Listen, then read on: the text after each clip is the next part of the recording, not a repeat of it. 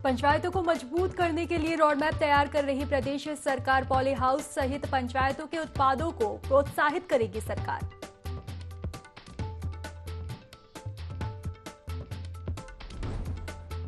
पूर्व मुख्यमंत्री त्रिवेंद्र सिंह रावत ने गढ़वाल दौरे के दौरान ग्रामीणों से की मुलाकात। सुनी ग्रामीणों की समस्याएं जल्द दूर करने का दिया आश्वासन।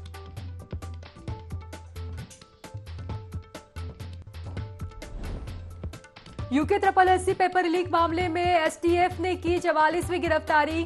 लखीमपुर के पेट्रोल पंप मालिक और लखनऊ के प्रॉपर्टी डीलर रूपेश कुमार जायसवाल को किया गिरफ्तार।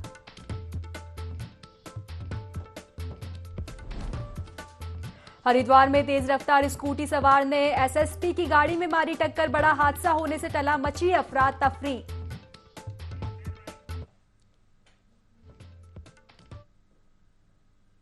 नमस्कार, बहुत बहुत स्वागत है आपका देवभूमि लाइव में और मैं हूं आपके साथ खुशी व्यास। तो चलिए रुक कर लेते हैं खबरों की ओर। प्रदेश सरकार पंचायतों को मजबूत करने की कवायद शुरू कर चुकी है। बता दें कि जिसको लेकर सरकार ने विभागीय स्तर पर रोड मैप तैयार करना भी शुरू कर दिया है। प्रदेश के पंचायती राज मंत्री सतपाल महाराज ने बताया कि पंचायतों को मजबूत करने के लिए केंद्र सरकार ने 132 करोड़ उत्तराखंड को दिया है, जिससे पंचायत भवनों का निर्माण कराया जाएगा। पंचायतें मजबूत हो, अगर पंचायतें मजबूत होंगी तो देश मजबूत होगा, हमारा राज्य मजबूत होगा। उसके अंदर हमने स्थापना दिवस के लिए जो है घोषणा की है और स्थापना दिवस मनाया जाएगा। जो भी पंचायत का उत्पाद है उसको आगे बढ़ाने की कोशिश की जाएगी। जगह जगह हमारे पंचायत भवन बन रहे हैं, जिसके लिए 132 करोड़ की राशि।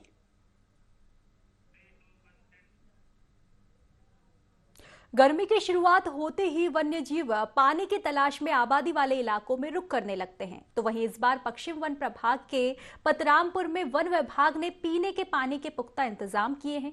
इसको लेकर कुल 15 वाटर होल बनाए गए हैं, जिसमें से कुछ में प्राकृतिक पानी रहेगा तो कुछ में टैंकरों से पानी पहुंचाया जाएगा, जिससे वन्य जीवों को पीने के पानी के लिए भटकना नहीं पड़ेगा। टाइम बहुत गर्मी का आने वाला है, ऐसे में वन्य जीव जो है आबादी की ओर न जाएं, उनको पीने के लिए स्वच्छ जो है अपना साफ पानी मिले उनको उनके प्राकृतिक आवास में। इसके लिए वन विभाग द्वारा पूर्व से ही लगभग 10-15 कच्चे पक्के वाटर होल पतरामपुर रेंज में बनाए गए हैं। अब हमारा ये अपने सर्वेक्षण चल रहा है कि किन जो प्राकृतिक स्रोत हैं जहाँ पर वहाँ पर तो व्यवस्था ठीक है, जहाँ पर जो है प्राकृतिक स्रोत नहीं है वहाँ पर जो है तालाबों की उनकी मरम्मत करवा करके उसमें टैंकरों से पानी डाला जाएगा और जो है ताकि जो है जंगली जानवरों को आबादी की ओर जाने से बचाया जा सके। आबादी की ओर जाने पर उनको जानमाल का भी खतरा रहता है और प्राकृतिक आवास में उनको अगर पानी मिल जाता है तो फिर जो है उनकी जानमाल की भी रक्षा हो। मुख्यमंत्री पुष्कर सिंह धामी दिल्ली दौरे पर है, जहां उन्होंने कुछ केंद्रीय मंत्रियों से मुलाकात की। दिल्ली पहुंचे मुख्यमंत्री पुष्कर सिंह धामी केंद्रीय गृह मंत्री अमित शाह और भाजपा के राष्ट्रीय अध्यक्ष जेपी नड्डा से उन्होंने मुलाकात कर सकते हैं। बता दें कि जिसमें वे कई नेताओं को सौंपे जाने वाले नए दायित्व पर भी चर्चा करेंगे। बता दें कि 23 मार्च को धामी सरकार के कार्यकाल को 1 साल पूरा होने वाला है।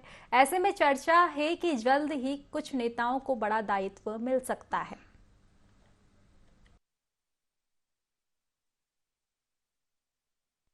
माननीय मुख्यमंत्री जी का विशेषाधिकार है कि सरकार में या परिषदों में जिस प्रकार से कार्यकर्ताओं को एडजस्ट किया जाता है वो निश्चित रूप से विशेषाधिकार आदरणीय मुख्यमंत्री जी का है और जो भी उनका निर्णय आगे होगा वो स्पष्ट सरकार ही। खबर उत्तरकाशी से है, जहां पुरानी पेंशन बहाली के लिए कर्मचारी संगठनों ने रामलीला मैदान में विशाल धरना प्रदर्शन किया। कर्मचारियों का कहना है कि पुरानी पेंशन 2004 में बंद की गई थी और एनपीएस व्यवस्था लागू की गई थी। कर्मचारियों ने पुरानी पेंशन लागू करने की मांग की है। बता दें अब तक हिमाचल प्रदेश, पंजाब, राजस्थान और छत्तीसगढ़ में पुरानी पेंशन व्यवस्था लागू कर दी गई है और कर्मचारी उत्तराखंड में भी इसे बहाल करने की मांग कर रहे हैं।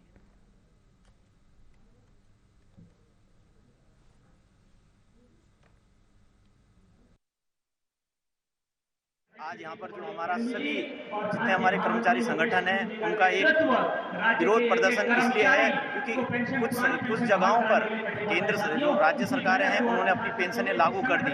आज तक क्या था कि निगाहें टिकी रहती थी कि केंद्र जब करेगा तो राज्य सरकार में भी हो जाएगा, लेकिन कुछ राज्यों में जब पेंशन लागू हो चुकी है तो इसी तहत में उत्तराखंड में भी, और सबसे पहली शुरुआत है गंगोत्री से। हम ही इसी माध्यम से सरकार को एक निवेदन भी करना चाहते हैं और एक बताना चाहते हैं कि आप सुनिए, केवल जो आपका टेंट के नीचे जो बैठे हुए लोग हैं और कर्मचारी संगठन है रात दिन, इसमें हमारी स्वास्थ्य सेवाएं भी हैं और अन्य जो जितने भी दल हैं, सभी लोगों ने आज हमको पूरा सहयोग दिया है और हम सभी युवा हैं और इस समय हम युवा राष्ट्र के तहत में भी युवा पेंशन के लिए भी हर जिले से, हर घर से अब युवा बाहर निकल चुका है। इस नेतृत्व को हम आगे और बढ़ाएंगे। NMOPS के नेतृत्व में आदरणीय बिजवाण जी, आदरणीय गोविंद सिंह बीस जी के कुशल नेतृत्व में हम यहाँ पर लगभग 40 घटक संघों के कर्मचारी और नेतृत्व यहाँ पर पुरानी पेंशन बहाली के लिए आवाज़ को बुलंद करने के उद्देश्य से आज यहाँ पर एकत्रित हुए हैं। पुरानी पेंशन न केवल हमारा अधिकार है, यह हमारा संवैधानिक अधिकार है और इसकी लड़ाई के लिए हम सभी अब एकजुट हो चुके हैं। हम जिस परिवार से आते हैं, जिस परिवार के हम मुखिया हैं, उस परिवार की आर्थिक पीड़ा को रखते हुए और उसके भविष्य के भरण पोषण की जिम्मेदारी भी हमारे ऊपर है, उस उद्देश्य के निमित्त भी हम अपनी पुरानी पेंशन की बहाल को लेकर अपनी यहाँ पे आवाज़ रखने के लिए आज यहाँ पर एकत्रित हुए हैं। सोमवती अमावस्या को देखते हुए हरिद्वार पुलिस ने यातायात प्लान बनाया है ताकि श्रद्धालुओं की भारी भीड़ को देखते हुए व्यवस्था सुचारू रखी जा सके और सभी श्रद्धालु शांतिपूर्ण स्नान कर सके। यातायात प्लान के तहत रविवार शाम 3 बजे से सोमवार रात 10 बजे तक जिले में भारी वाहन पूरी तरह प्रतिबंधित रहेंगे। इन वाहनों के लिए रूट और पार्किंग स्थान भी निर्धारित किए गए हैं। साथ ही बाहर से आने वाले श्रद्धालु और स्थानीय जनता से व्यवस्था सुचारू रखने में सहयोग की अपील भी की गई है। उत्तराखंड के पूर्व मुख्यमंत्री त्रिवेंद्र सिंह रावत इन दिनों गढ़वाल दौरे पर हैं। इस दौरान पूर्व सीएम लाटू धाम पहुंचे, जहां उन्होंने लाटू देवता की पूजा अर्चना की। रावत ने वाण की जनता से बातचीत कर लोगों की समस्याओं को सुना और उसके निराकरण कराने का आश्वासन भी दिया। वाण में जनसंवाद के बाद त्रिवेंद्र सिंह रावत ने आयुष ग्राम घेस पहुंचकर जनता से सीधा संवाद किया। उन्होंने घेस ग्राम को आयुष ग्राम बनाने के लिए सरकार से बातचीत करने को आश्वस्त किया। वहीं उन्होंने देवाल वाण सड़क मार्ग को राष्ट्रीय राजमार्ग से जोड़ने के लिए केंद्रीय सड़क एवं परिवहन मंत्री नितिन गडकरी से चर्चा करने की बात भी कही।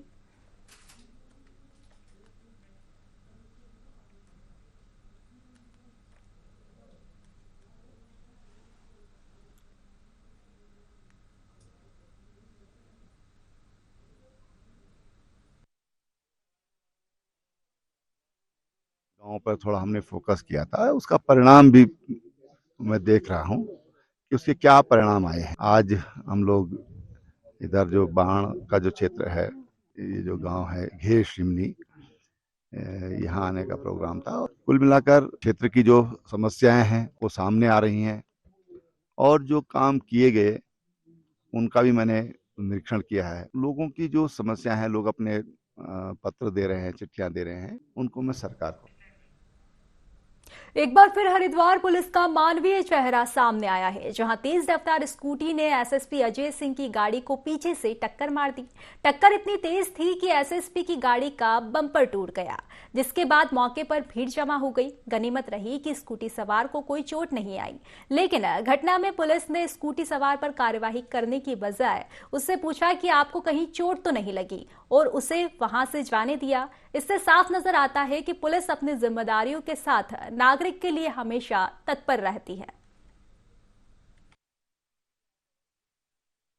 मुझे एसपी क्राइम ने बताया कि मेरी गाड़ी को किसी ने पीछे से हिट किया है, तो अभी देख लेते हैं। अगर कभी कभी ऐसा होता है कि कोई जाने अनजाने में कोई हिट कर देता है तो देख लेंगे किन परिस्थितियों में हुआ है, लेकिन एक स्कूटी वाले ने कोई टक्कर मारी पीछे से, ऐसा भी कंफर्म हुआ है, तो देख लेते हैं कि। स्नातक स्तरीय वीपीडीओ पेपर लीक मामले में एसटीएफ ने 44वीं गिरफ्तारी कर ली है। इस मामले में एसटीएफ ने लखीमपुर के पेट्रोल पंप मालिक और लखनऊ के प्रॉपर्टी डीलर रुपेंद्र कुमार जायसवाल को गिरफ्तार किया है। अभियुक्त पर 25,000 रुपए का इनाम घोषित था। एसटीएफ के अनुसार अभियुक्त रुपेंद्र कुमार ने जेल में बंद सादिक मूसा को आरएमएस प्रिंटिंग प्रेस के कर्मचारी कसान से मिलाया, जिसके बाद कसान से लीक आउट पेपर को लेकर सादिक मूसा को दिया गया। इसके एवज में रुपेंद्र कुमार रविंद्र जायसवाल को 5 लाख रुपए प्राप्त हुए। अभी आरएमएस प्रिंटिंग प्रेस संचालक राजेश चौहान का कर्मचारी कसान फरार चल रहा है, जिसकी तलाश जारी है।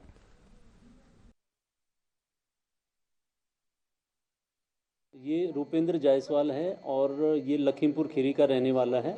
वर्तमान में लखनऊ में था। जो 5 दिसंबर 2021 में जो VPDO का एग्ज़ाम हुआ है उसमें RMS सॉल्यूशन जो कि पेपर को प्रिंट करती है कंपनी, उसके ओनर जो राजेश चौहान है, जो अभी मुख्य अभियुक्त हैं हमारे और जेल में अभी निरुद्ध हैं, तो उन्हीं के कोई जो कंपनी का व्यक्ति है, कोई कसान और सादिक मूसा, जो इसको जानता है, सादिक मूसा को 5 लाख रुपए में इसने पेपर उपलब्ध कराया कसान से मिलकर। तो ये इसकी भूमिका थी मुख्य रूप से। और अभी जो है इसके पीछे हमारी टीमें लगातार लगी हुई थी तब से ही, और इस पर 25,000 का इनाम भी घोषित किया है और अभी कल जो है इसकी गिरफ्तारी हुई है।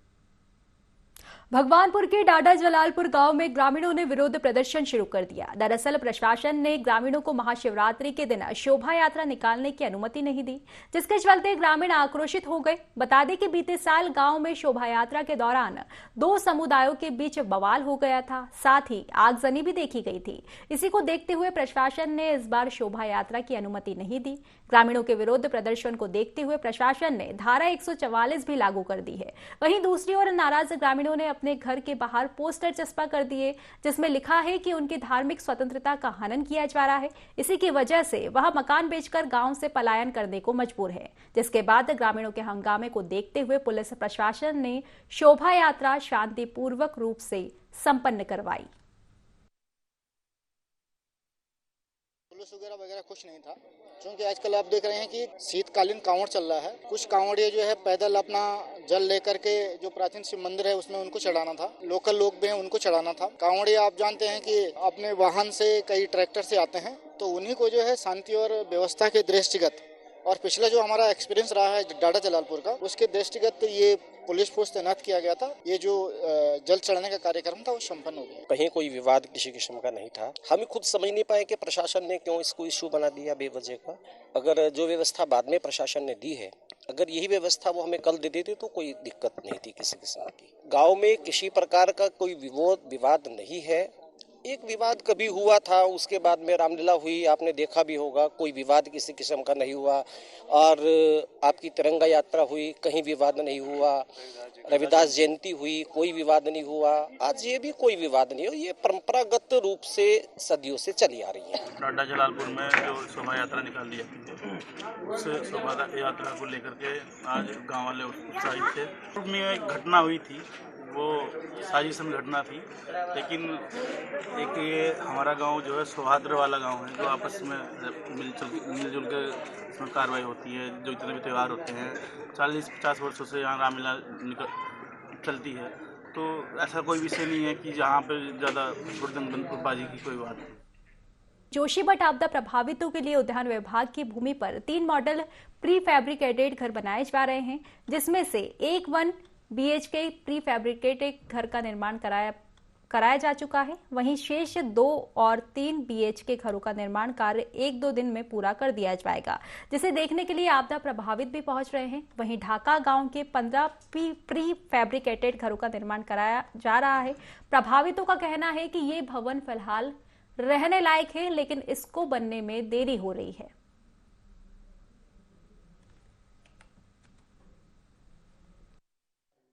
मॉडल के रूप में यहाँ पे बनाया जाता है, और ये इसी प्रकार से जनता को आगे जो विस्थापित किए जाएंगे उनको इसी प्रकार के उनके हिसाब से, परिवारों के हिसाब से उनको भी बनाए जाएंगे। इस आपदा की घड़ी में जिस प्रकार से प्रदेश सरकार, केंद्र की सरकार लगी है, मैं चाहूंगा कि जोशीमठ की जनता इस बात को समझे और संयम और धैर्य रखे। हट्स बन रहे, ये मॉडल रूप में बनाए जा रहे हैं और इनका काम लगभग 95% पूरा हो चुका है और आने वाले 2 से 3 दिन में ये हट्स तैयार हो जाएंगे। जो यहाँ के प्रभावित परिवार हैं वो यहाँ आकर इन हट्स को देख सकते हैं। अगर प्रभावितों को पसंद आता है तो वो उस विकल्प को चुनकर सरकार द्वारा मांग कर सकते हैं सरकार से कि उन्हें ऐसे हट्स बना। देहरादून में विभाग नई पहल करने जा रहा है, जिसके लिए विभाग ने कार्य भी शुरू कर दिया है। बता दें, विभाग चिल्ड्रन ट्रैफिक पार्क बनाने जा रहा है, जिसके माध्यम से बच्चों को ट्रैफिक नियमों के गुर सिखाए जाएंगे, ताकि बच्चों में ट्रैफिक रूल के प्रति जागरूकता बढ़े और आने वाले समय में ट्रैफिक नियम का पालन हो सके।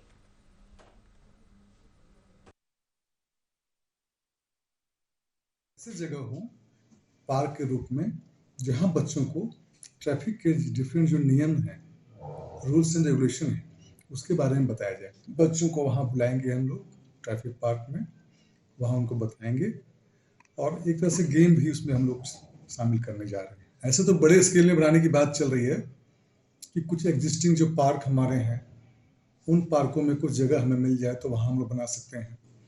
एक सिटी पार्क भी बन रहा है, वहाँ भी हम लोग कोशिश करेंगे कि कुछ एरिया चिल्ड्रन ट्रैफिक पार्क के रूप।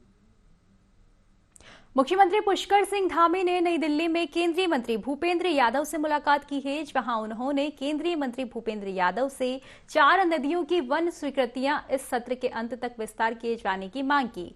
गौला, शारदा, दाबका और कोसी की वन स्वीकृतियां विस्तार से मांग की गई है। साथ ही आगामी 10 वर्षों तक नवीनीकृत करने के लिए निर्देशित करने का अनुरोध भी किया है। इस पर वन मंत्री भूपेंद्र यादव ने जल्द ही उचित कार्यवाही करने का आश्वासन भी दिया है।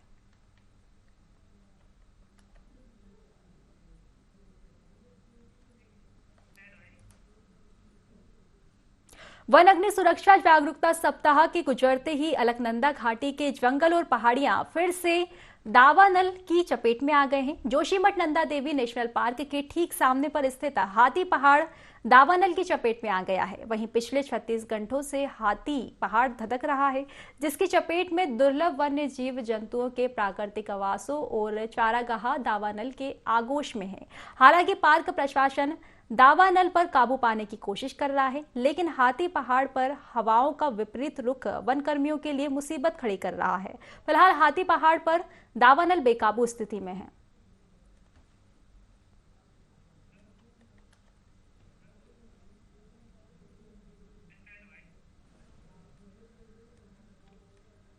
लक्सर में दहेज में 5 लाख रुपए और कार मांगने का मामला सामने आया है। लक्सर कोतवाली पुलिस ने वर पक्ष के 6 लोगों के खिलाफ मामला दर्ज कर लिया है। पुलिस ने दहेज प्रतिषेध अधिनियम 1961 की धारा 3 और 4 के अंतर्गत मामला दर्ज कर लिया है। पुलिस के अनुसार भोगपुर निवासी जयप्रकाश ने बताया कि मऊ उत्तर प्रदेश निवासी संदीप यादव के साथ उनकी पुत्री का संबंध तय किया गया था। विवाह संबंध तय करते समय तो वर पक्ष की ओर से कोई मांग नहीं की गई, लेकिन जब शादी की तारीख नजदीक आई तो वर पक्ष ने 5 लाख रुपए और एक गाड़ी की मांग की। मांग पूरी नहीं करने पर शादी तोड़ने की धमकी भी दी।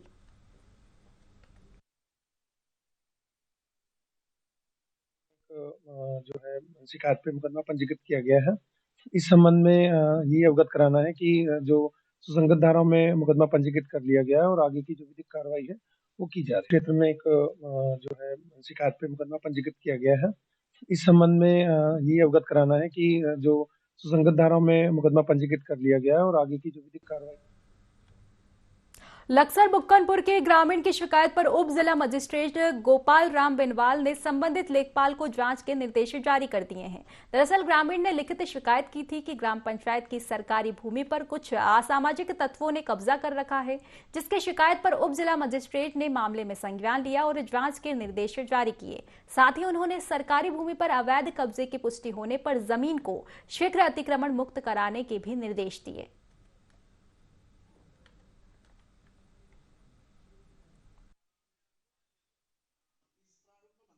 सरकारी भूमि पर अवैध अतिक्रमण के संबंध में एक शिकायत आज लिखित में प्राप्त हुई थी। इस संबंध में अभी राजस्व निरीक्षक को और कानूनगो को मौके पर भेजा गया है। यदि उसमें अवैध अतिक्रमण पाया जाता है, सरकारी भूमि पर अगर कोई अवैध निर्माण कर रहा है तो उसको तत्काल। केदारनाथ वन्य जीव प्रभाग के लोहबा रेंज अंतर्गत विभिन्न क्रू स्टेशन में फायर ड्रिल और कंट्रोल बर्निंग किया गया। केदारनाथ वन्य जीव प्रभाग के डीएफओ के नेतृत्व में कंट्रोल बर्निंग किया गया। डीएफओ आईएस नेगी ने लोहबा रेंज के विभिन्न क्रू स्टेशनों में कंट्रोल बर्निंग का निरीक्षण किया। वहीं वन विभाग के कर्मचारियों ने फायर मॉक ड्रिल और सड़क के दोनों ओर साफ सफाई भी की।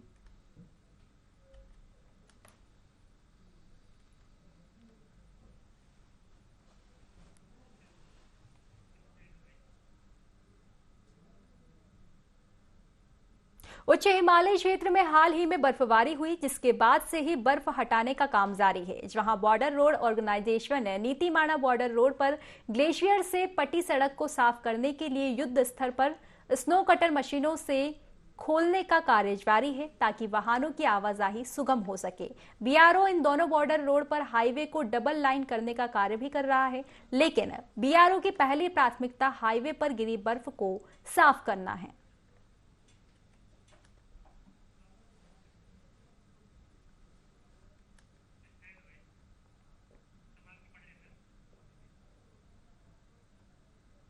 केदारनाथ के कपाट 25 अप्रैल को खुलेंगे। इससे पहले 20 अप्रैल को भैरवनाथ की पूजा अर्चना होगी। भगवान केदारनाथ 21 अप्रैल को पंचमुखी डोली में विराजमान होकर 4 दिन भ्रमण कर केदारनाथ के लिए प्रस्थान करेंगे। वह विश्वनाथ मंदिर गुप्त काशी में विश्राम कर डोली फाटा होते हुए गौरीकुंड पहुंचेंगे। यहां विश्राम कर वहां केदारनाथ में विराजमान हो जाएंगे।